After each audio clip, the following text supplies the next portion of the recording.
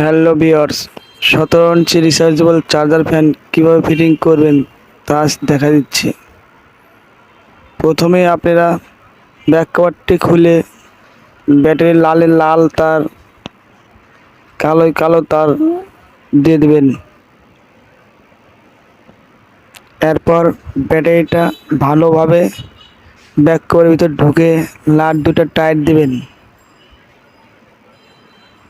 এরপর জালিটা বসিয়ে প্যাঁচটা লাগাই নিন। তারপর পাখাটা ঢুকে দিয়ে পাখা প্যাঁচ লাগাই দিন।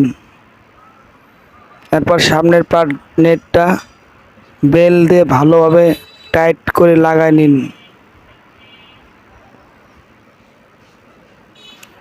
রিমোটে বেড়ে তুলে রিমোট প্রেস করুন। সেটিং হয়ে গেছে।